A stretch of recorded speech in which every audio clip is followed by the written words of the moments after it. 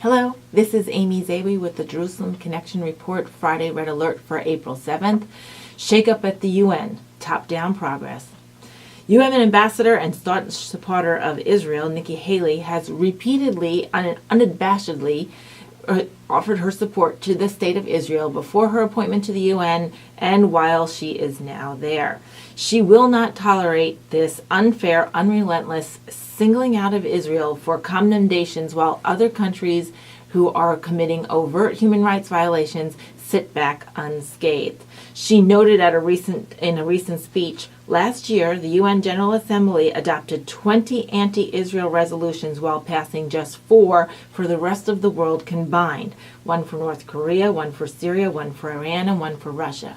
This, of course, is clearly unfair, and Nikki Haley has publicly said a new sheriff is in town, and no longer will she or any American delegate sit back silently while this abuse of Israel is carried on the floor of the UN. Moreover, recently at the UNESCO, in response to a parade of relentless Arabs maligning Israel as an apartheid state and genocidal, UN Watch's Hillel Neuer gave a compelling rebuttal, which was actually rudely interrupted, about the expulsions of Jews from every Arab country in the last 80 years. "Where are your Jews?" he asked. The chamber was met with complete silence. Even an interpreter was overheard on a hot mic noticing the inconsistencies and bias against Israel. 850,000 Jews were expelled from Arab lands since 1948, and nobody has held any Arab nation accountable for these things.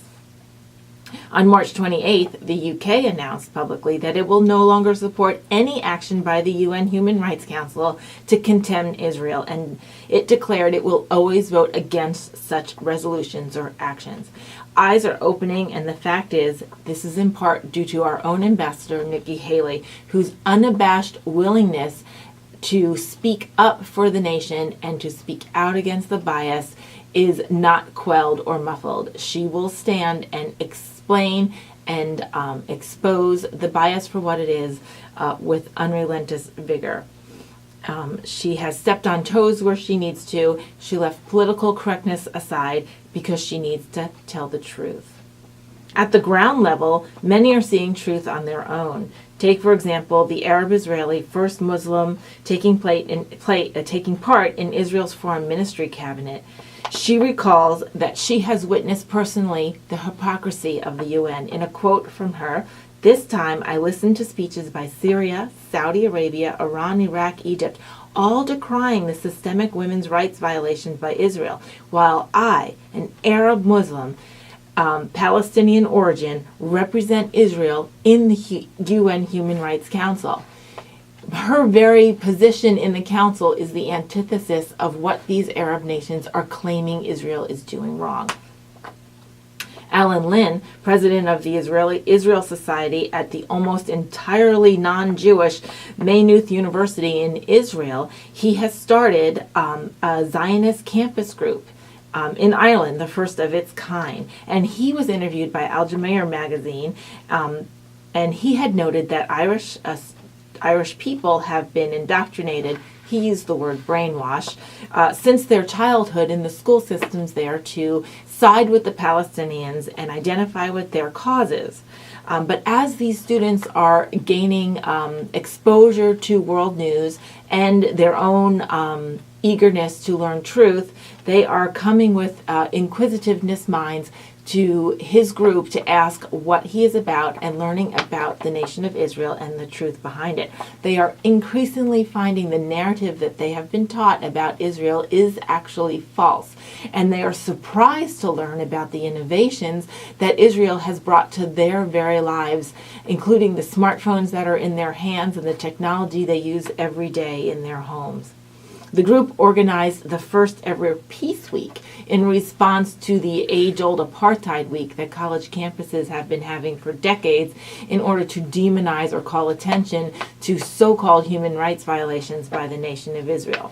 Peace Week is the response to this.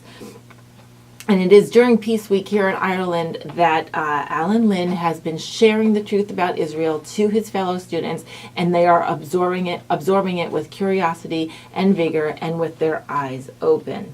However, a Israeli ambassador was set to speak on campus during Peace Week, but a rigorous protest by the Palestinian student group has caused that invitation to be canceled. This, of course, is a step backwards, but it does expose truth for what it is. It does expose the willingness to silence people when they are not agreed with.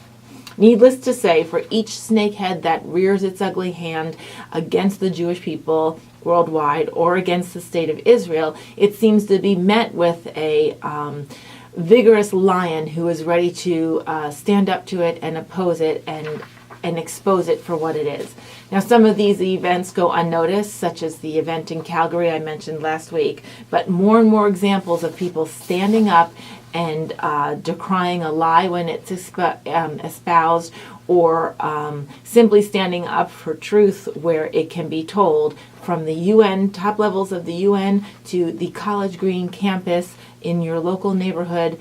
All these places are finding the truth, and it is our job to continue that echoing the true narrative of who and what Israel is and the Jewish people worldwide, and not to let their human rights be trampled on or their right to exist be oppressed.